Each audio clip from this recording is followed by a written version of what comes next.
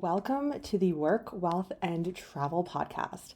I'm your host, Nicole, and today on the show, I sit down with Ralph Velasco, who has been traveling for many years, has started two different businesses and brands within the travel industry, and he is here to talk to us about how he got started traveling the world full time while making an income off of travel.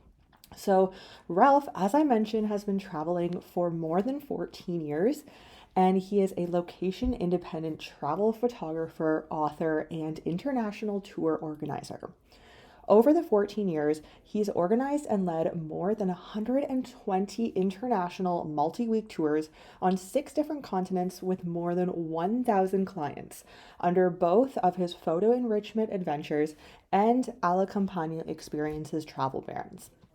Ralph is a travel photography instructor and a busy public speaker, having spoken at 12 years running for the travel and adventure shows around the US, as well as the Travel Blogger Exchange in Spain, Sweden, Ireland, and Israel.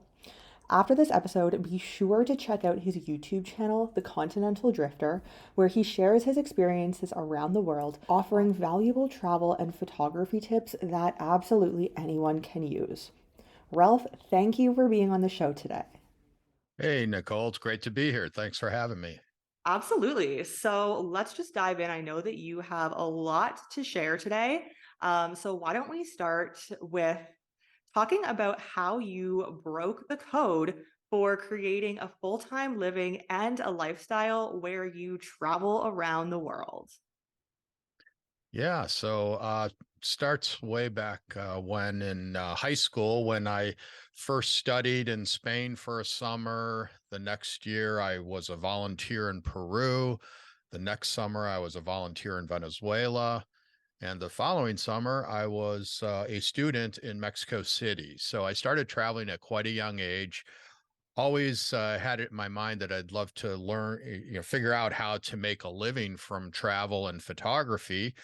But this was many, many moons ago. This was before the internet, before cell phones, and you actually had to uh, call away for brochures and things like that. But I thought that I thought that being able to make a living from travel was about as likely as my becoming a rock star at that time.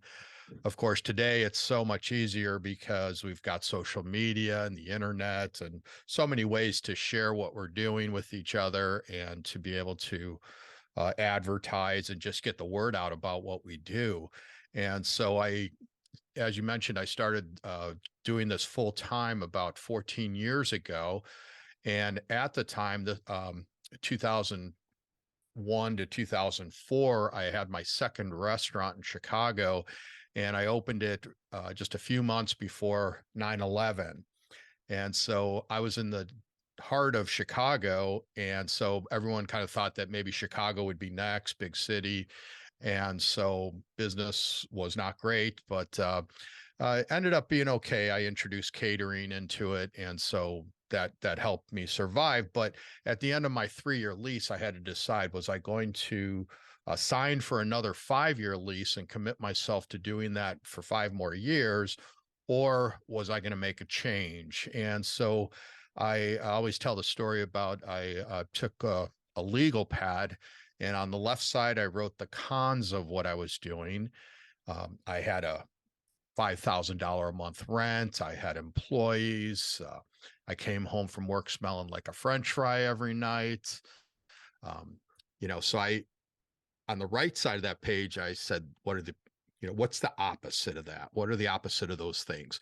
Well, I want to work by myself, for myself, be only responsible for myself, work from anywhere my laptop is, take a shower before work, not after, and all these other things. And so I kind of this was at the dawn of digital photography. I mentioned 2001 to 2004 or so, and so I got my 1 megapixel camera like a lot of people did, and I said, maybe people would pay me to learn how to use these new digital devices. And so I started thinking about putting together some walking tours and doing one-on-ones with people to help them to learn these new digital cameras.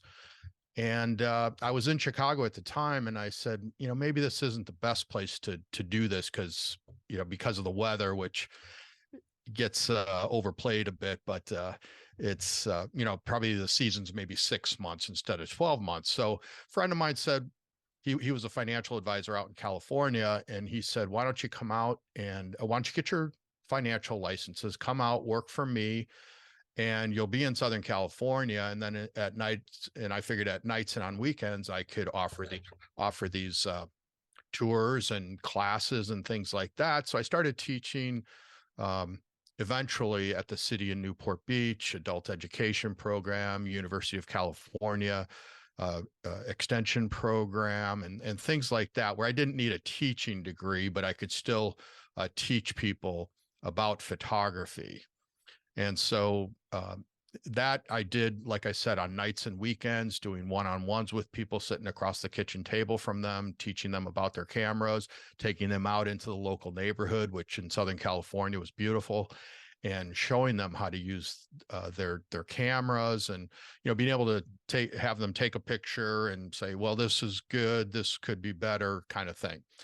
So make a long story longer, in September of 2008, we all remember the financial crisis. And here I am, a newbie financial advisor.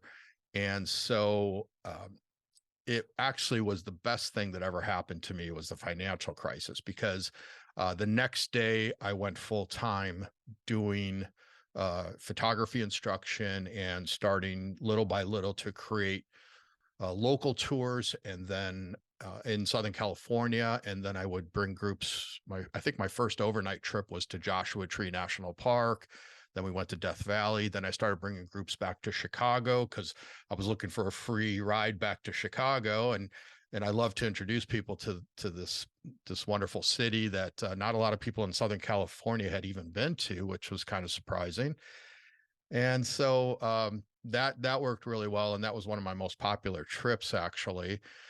And finally, I started doing international trips, and that took me to our first international trip was to the Central European Christmas markets, and that was in 2009.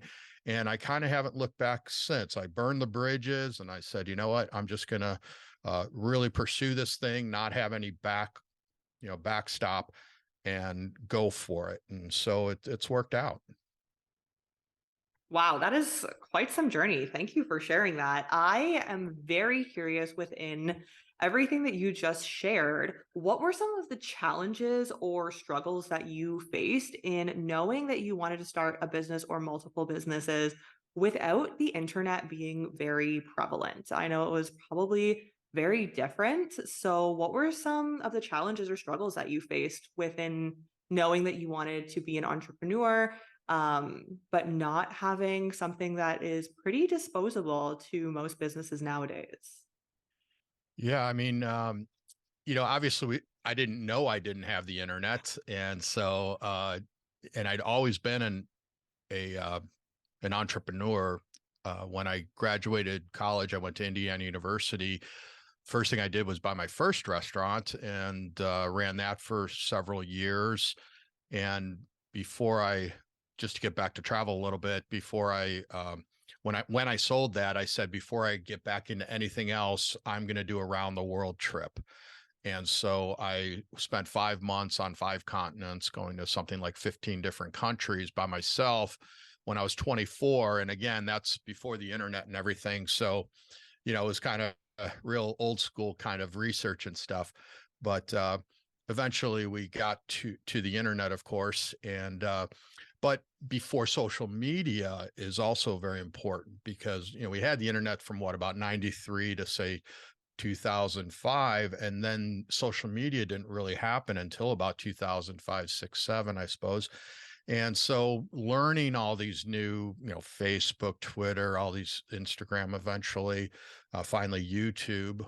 And so it was a struggle, but like I said, you didn't know that you didn't have these things before they presented themselves. So I did whatever I could. I got in front of people anywhere I could, that were travelers, had an interest in photography. And there were a couple other people teaching how to use the actual camera. And so you may get these like quarterly local adult education brochures in the mail. Everyone seems to get them in every neighborhood.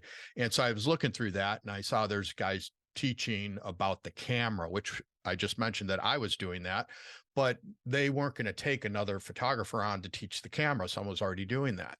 So I said, you know what? I'm going to teach people how to see, how to actually compose pictures and see and uh, recognize better and more photo opportunities. So let someone else teach the technical part, which I'm not that technical myself anyway, but I'm going to teach them, how to look at a scene and pick out different photo opportunities. And that worked really well for me. So I would get in front of one person, three people, or 200 people, whatever.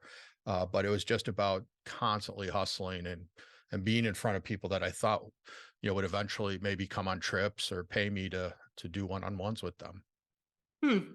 Really interesting. Thank you for sharing that. I think that really embodies the true entrepreneurial spirit, which I absolutely love. So, in saying that, I know that you have built two businesses and brands, being the Photo Enrichment Adventures and then also A la Campana Experiences. I hope that is correct. Is that correct? No, it's Correct me. Alla Campagna. Alla Campagna Campana. Experiences, which Campagna is actually my mother's maiden name, Oh, no. but it also Alla Campagna means to the countryside, That's and perfect. That's so so that was a little fitting. bit different kind of brand. Yeah. Okay, so you've built both of these brands. Now, why did you decide to create these? And then what is the difference between the two of them? Sure. So, Photo Enrichment Adventures was my first brand and the original one. And I used to teach a course that would teach people how to organize and lead their own tours. And I always recommended that you should start with a special interest. So, whether it's language or yoga or photography, whatever, that's going to attract those people to that trip. And so I started out with photography, and I had always, had a dream of leading photo workshops. So that was the sort of catchphrase, I suppose, and maybe still is. But after I, looked into what that is more and had ran a few trips that I would consider photo workshops, it's a lot of work to do that, say 10 or 12 trips a year, because your sunrise, sunsets, one-on-ones, image reviews, it's pretty intense. And so I decided early on that I didn't want to be a workshop instructor. I called my trips cultural tours with a focus on photography. And so photography was and still is just a part of our trips. So I kind of shot myself in the foot with that name because I get a lot of people, friends, families say, "Oh man, I'd love to come on one of your trips, but I'm not a photographer. I don't have an expensive camera, et cetera, et cetera." And I keep saying, you don't have to have any camera at all to come on my trips. I created them so that someone that had an interest in photography could bring a friend or a spouse that didn't have an interest, and they would still both get a really great trip. Because who doesn't want to be out when the sun is at its best? So low in the sky, beautiful light, before the heat of the day, before the tourist crowds, things like that, whether or not you've got a camera. And a photo workshop to me is, spending an hour taking a picture of a single flower or something. And even I don't want to do that. And certainly a non-photographer doesn't want to follow behind 10 people doing that. So I think I created a really nice sort of hybrid. And but I still am sort of trying to live down that name. So don't feel like you have to be a photographer to come on these photo enrichment adventures. But the photo enrichment adventures themselves are trips where we see more of a region or a single country and move around every 2, 3 nights and again, see more of a place, see less of more of a place, if that makes sense.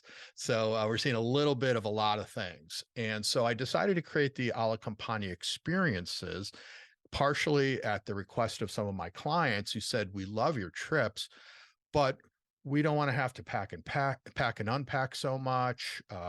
There's a lot of driving on some of these trips in between locations. We'd rather do a deep dive into a place than to just see a little bit of a lot. And so the a la Campania experiences, we stay in one, maybe two locations, pack and unpack once, maybe twice.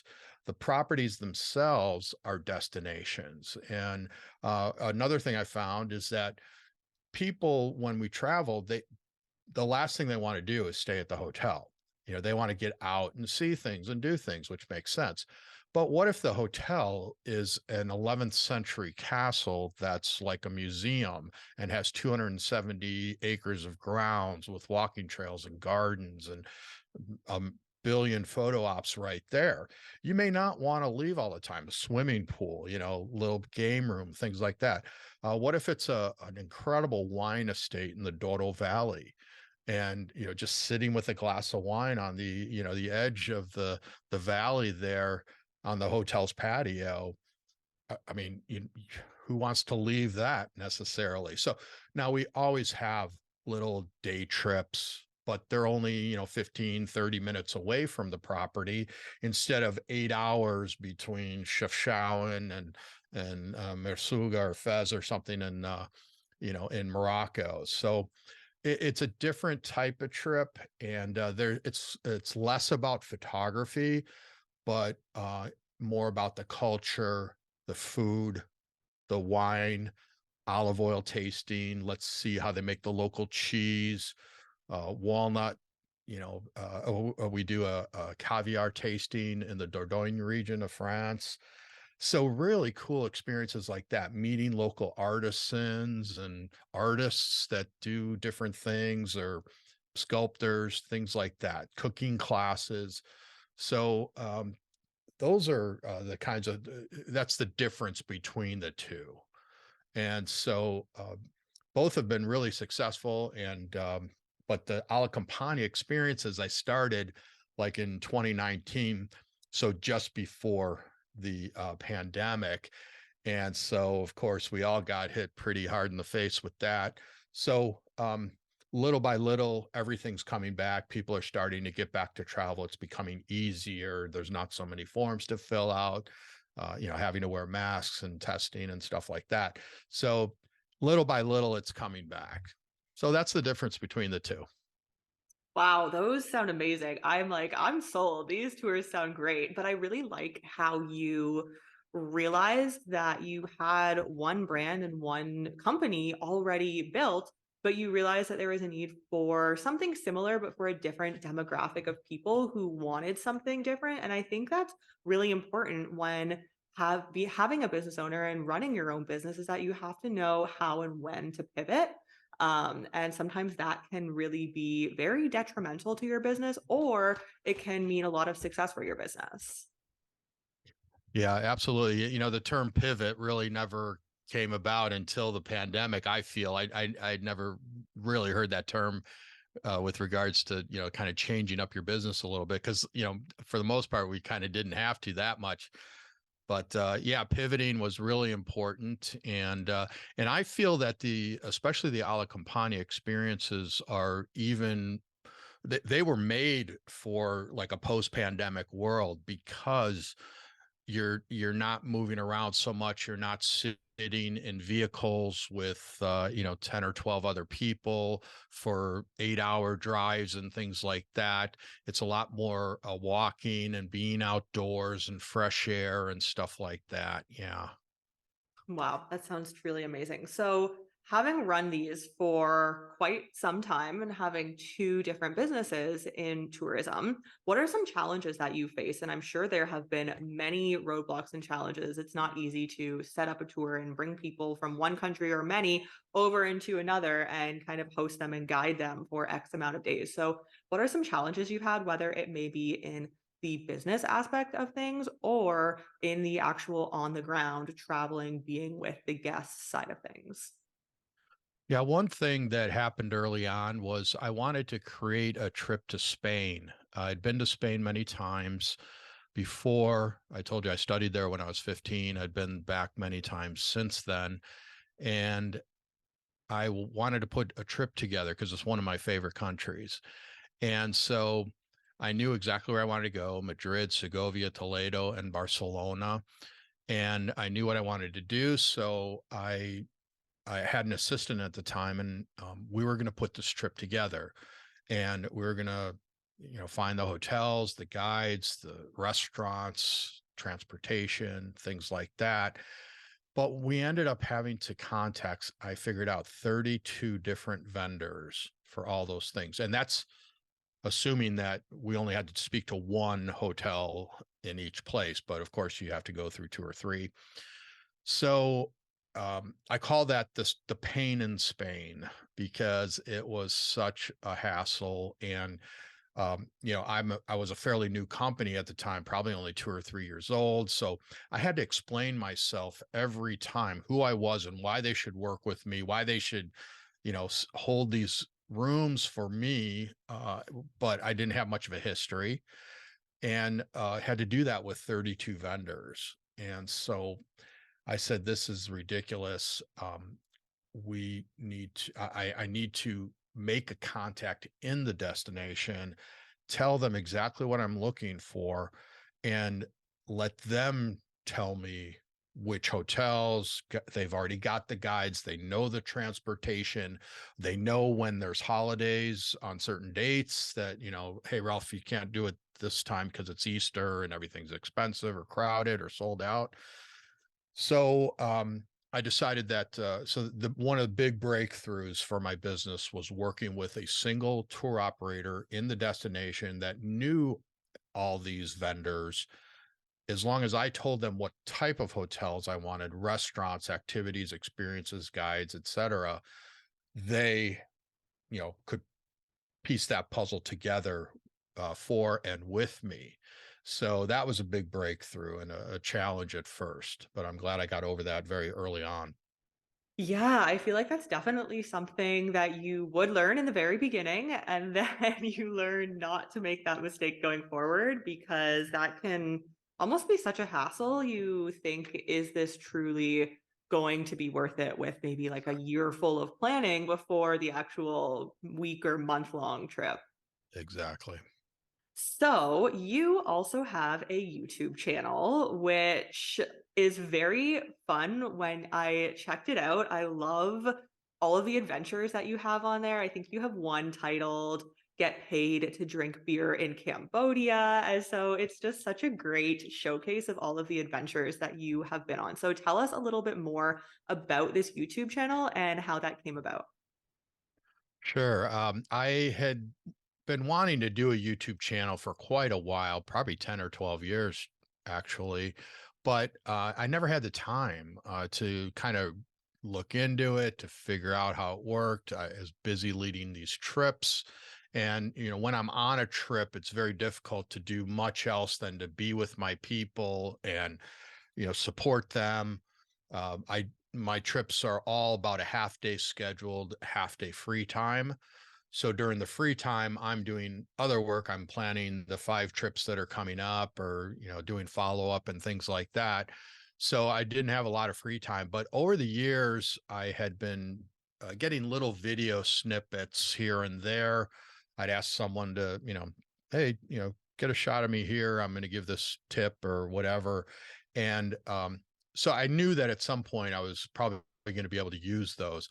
So finally, that was one of the good things about the pandemic, is it gave me that time to actually put this together, because it's a lot of work. As you know, with podcasting, YouTube channel, you're doing video editing. There's so much behind the scenes that people don't realize in a YouTube channel, with tagging and keywords and descriptions and thumbnails and all that stuff. So I finally put together a small team. I had my editor he's Venezuelan, lives in Spain. My channel manager, original one, lived in Alexandria, Egypt. I just got a new guy that lives in Bangladesh. So we're truly a continental drifting channel. But it took a while, but finally got to a point where I could put that together. I said, if I'm going to make this happen, I've got to make it easy for myself, especially when I'm on trips, because so what I did is I bought a DJI gimbal that allows me to put my iPhone in it.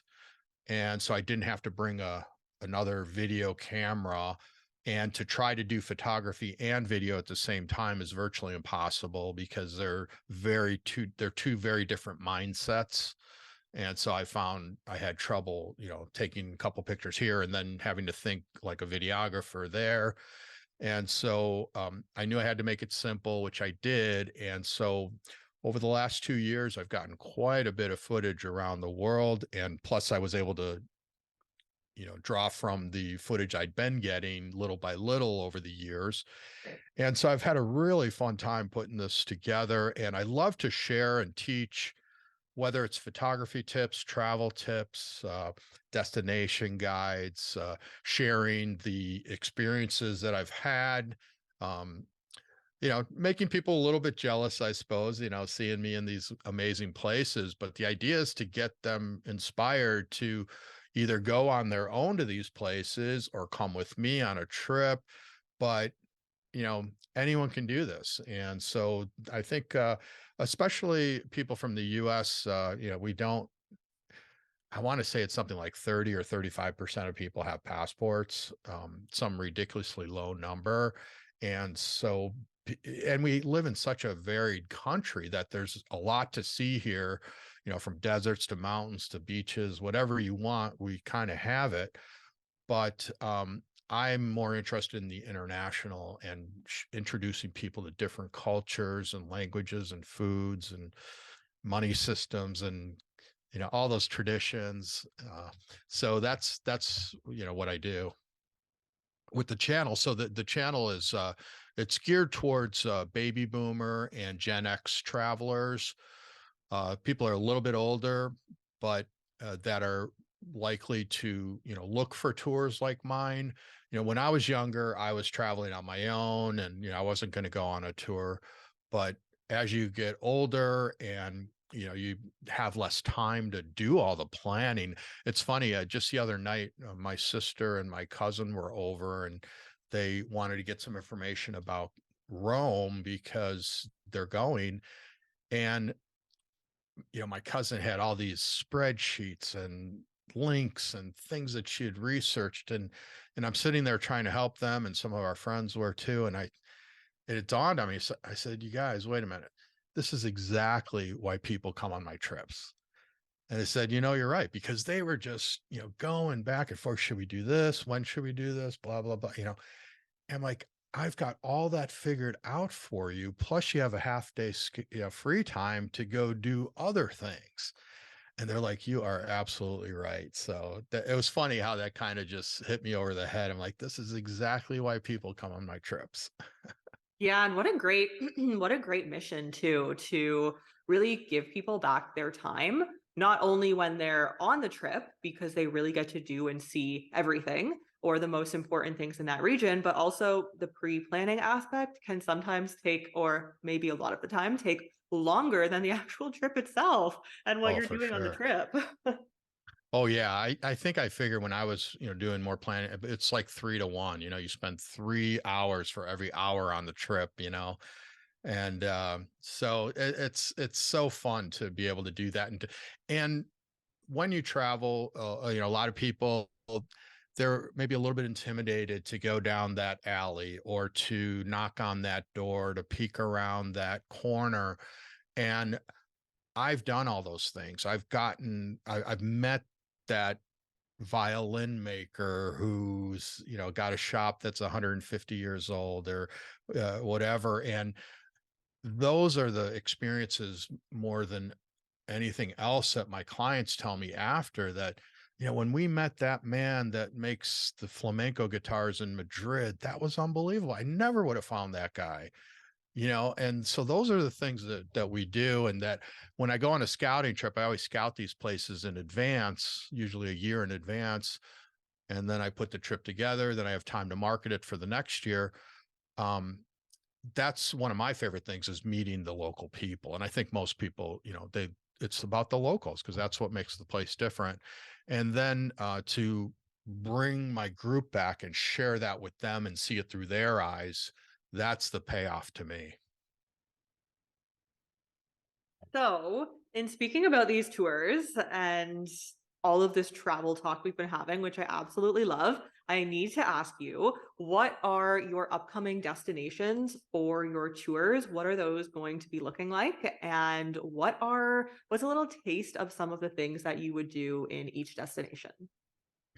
Yeah, so I've got a sold out trip to Colombia coming up. I don't know when this episode will happen, but it could be before the episode comes out. But I tend to do trips for several years. So this is the first year I'm doing Colombia. I will do it next year. So that's a wonderful trip. Cartagena, Medellin, the coffee region, Cali. We do this one really cool experience that people probably wouldn't find, but it's riding something called La Brujita, and it means the little witch, and it's like a motorcycle with the back wheel on the track and the front wheel on a little platform that has benches on it. And it goes for about, I don't know, 20 minutes to a town called San Cipriano that you can pretty much only get to via La Brujita. And then it's on a river, there's swimming, there's great restaurants. It's so, that's a typical activity that we'll do. Coffee tasting, rum tasting. We're going to do a rum tasting as well. Then I've got a trip to Puglia, Italy, which is the heel of Italy.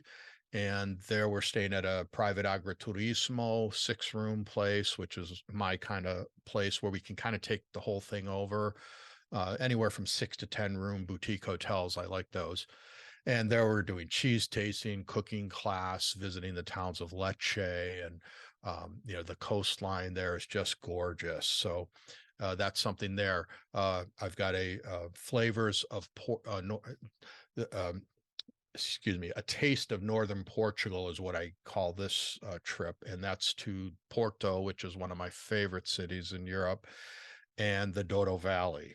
So we go to the wonderful city of of Porto, check everything out there. It's gorgeous, great food. And then we take a train ride about 2, 3 hours out to the Douro Valley, and we stay at a wine estate there. Wine tasting, river cruises, meeting locals, all that kind of stuff. And in this summer, one of my even more unique trips is called The Mysteries of Mexico's Copper Canyon. And that is a trip that I developed about 10, 12 years ago. I think it was 2011, I did an assignment to shoot the travel and cultural images for a cookbook on Mexican cuisine. It was a 35-day assignment. We went to like 40 different locations. And one place we went to was Copper Canyon, Mexico. And it's bigger and deeper than the Grand Canyon, and has one of the great train rides of the world right through it. It's the only passenger train in all of Mexico, and almost no one's ever heard of it. And I had just heard of it before, but then when we went there on this cookbook assignment, I was absolutely blown away. And I said, I want to bring a group back to this place, because you also have the Tarahumara Indians who live there. That many of them live in caves and cliff overhangs till this day. Uh, we have the train ride up and down the canyon. It's a full day train ride. It's not overnight, but it's about 8 or 10 hours each way. So at the beginning of the trip, we take it to Creel. We do a lot of things there. Then we go by land to Divisadero, where our hotel rooms are right on the canyon. You open your door to your balcony and you're looking at essentially the Grand Canyon, but it's the Copper Canyon. And then we take the train back to Los Mochis. So that's a super unique trip. I love trains, and I'm really excited about that trip as well. Another trip is Armenia and Georgia, which is kind of an off the beaten path place as well, but it's especially Georgia's really up and coming. And I was approached by someone at one of the travel shows that I was speaking at, and she saw all these places that I was going. I mentioned them, and she says, "I see you don't do Armenia. Would you be interested in coming to Armenia for a scouting trip?" And I said, "Yeah, I've always wanted to go, but I'd never had an opportunity." And so I said, "While I'm there, I want to add Republic of Georgia, which is right next door." And so I put this trip together for 2 weeks, and that's another absolutely fantastic place. Talk about just gorgeous scenery. Northern Georgia is like on the lines of Switzerland and with snow-capped mountains, stunning valleys. It's absolutely gorgeous. And the food is out of this world. And then just to mention a couple, I've got Vietnam and Cambodia, two separate trips coming up at the end of the year. Wow, that's quite the jam-packed schedule. So, in you saying all of that, how many trips do you typically do per year? Because it sounds like you are always on the go. Yeah, as you mentioned, I'm location independent, so I'm intentionally homeless, I'll call it. So I live on the road about 9 months out of the year. I finally got smart. I was living in Southern California, one of the most expensive places in the world. And I said, I'm here 3 months out of the year. Why am I paying rent 12 months? And so I finally said, you know what? I'm going to get rid of the majority of my stuff uh, so when I'm back in the States and I'm based in Chicago, I will stay with family, but otherwise I'm on the road. So to answer your question, typically about 10 to 12 group trips a year and maybe one or two, three scouting trips. And of course, I try to arrange things so that they're all in one region. So, like, I've got the Puglia, Italy, Portugal trip. I've got a Spain and a France trip that are all mid-April to early June. So I'll be gone for like a week, a month and a half, 2 months, and I'll just stay over there because I don't want to be flying back and forth. So, jet lag is one of those things that as you get older, it gets harder and harder. So I try to minimize that as much as possible. Yeah, that is definitely a good idea. Jet lag is never fun. So, my last question for you, I actually want to go back to something that you mentioned closer to the beginning of the episode, which I thought was very interesting. And I do feel the same way in terms of travel. And it is what you mentioned that you burned your bridges, quote unquote, and kind of just left everything behind, but you did it very intentionally so that you really couldn't go back to it. So, in saying that, I am curious, what is your advice when it comes to somebody who is looking to become a traveler, potentially a full time traveler? What advice would you give that person? Would you say burning your bridges and just kind of going all out is the best way to go? Or what would you typically recommend? I know what I would recommend, but I'm curious for your viewpoint, what take you have on this? Sure. And of course, it depends on the individual because I didn't have a family. I'm not married. I don't have any children. So I've only got myself to be responsible for. Obviously, someone who's got a family or a spouse has to think about them as well.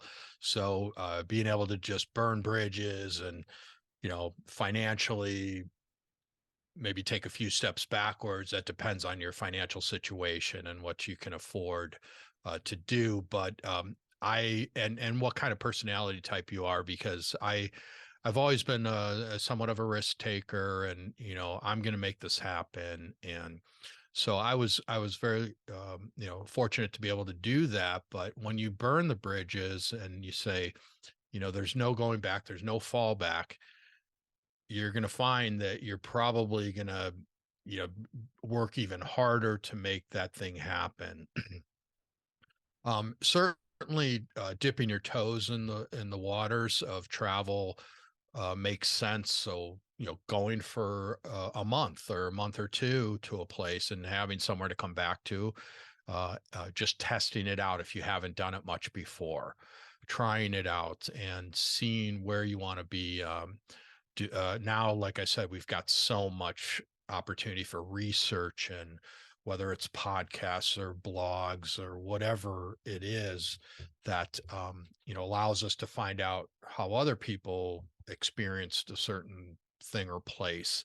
So certainly doing research and making sure that you're financially okay to do it, and then just going for it. I mean, it's such a cliche, but go for it. And as long as your travel doesn't, so many people think that it's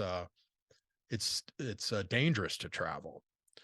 Well, unfortunately, we live in one of the most dangerous countries here in the US when you think about it, and gun violence and things like that. So I don't buy that argument, but I do understand that people feel safer, in an environment that they know than to go to one that they don't know. But to me, that's what travel is about. It's getting out of your comfort zone and going to places that are different, because otherwise, why go if they're the same? Yeah, I think that is very on point advice. Honestly, mine would not be too much different. I always, like you, encourage people who are thinking about having a similar lifestyle to what you and I lead, to kind of dip your feet in, go for a week, go for a month, see if you can ask your boss to work remote.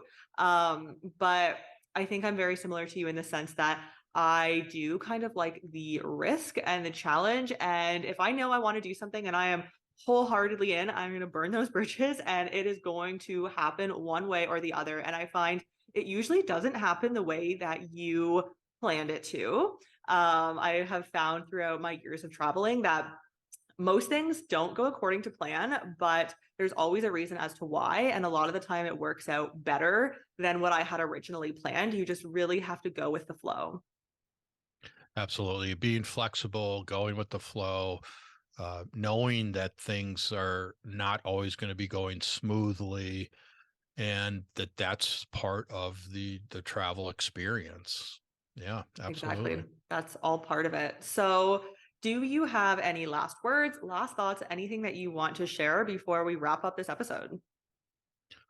Um, I don't think so, but certainly people can find me at all my different websites. I've got several. So the photoenrichment.com is for the photo enrichment adventures, alacampagna.com for the Alacampagna experiences. And then my continentaldrifter.co is where you can find the Continental Drifter. That's sort of a hub for everything. And eventually, I plan to get rid of the other two websites, make continentaldrifter.co be the everything where that you can find about me, YouTube channel, podcasts, everything else. Uh, and follow me on all the social media outlets. I'm at Ralph Velasco almost everywhere. And I'm sure you'll probably put some of these links in the show notes if you do that. But yeah, I'd love if people followed along. If you have a question, you can email me, ralph@photoenrichment.com, and I will get back to you when I can. Yeah, absolutely. So, all of the links are going to be down below. So, if you want to check him out anywhere on the internet or everywhere on the internet, that will be down below. Thank you, Ralph, for being on the show, for sharing your experiences, what you do, how you sustain your lifestyle, and how you have built a lifestyle that you absolutely love. That was yet another episode of the Work, Wealth, and Travel podcast. I hope that you enjoyed this episode. I know that this episode left me feeling ready to travel the world after hearing all of Ralph's amazing tour destinations. Feel free to check out all of his links below. All of his 3 business websites and pages are linked down below. Check him out, grab one of his tours, and have what sounds like the time of your life.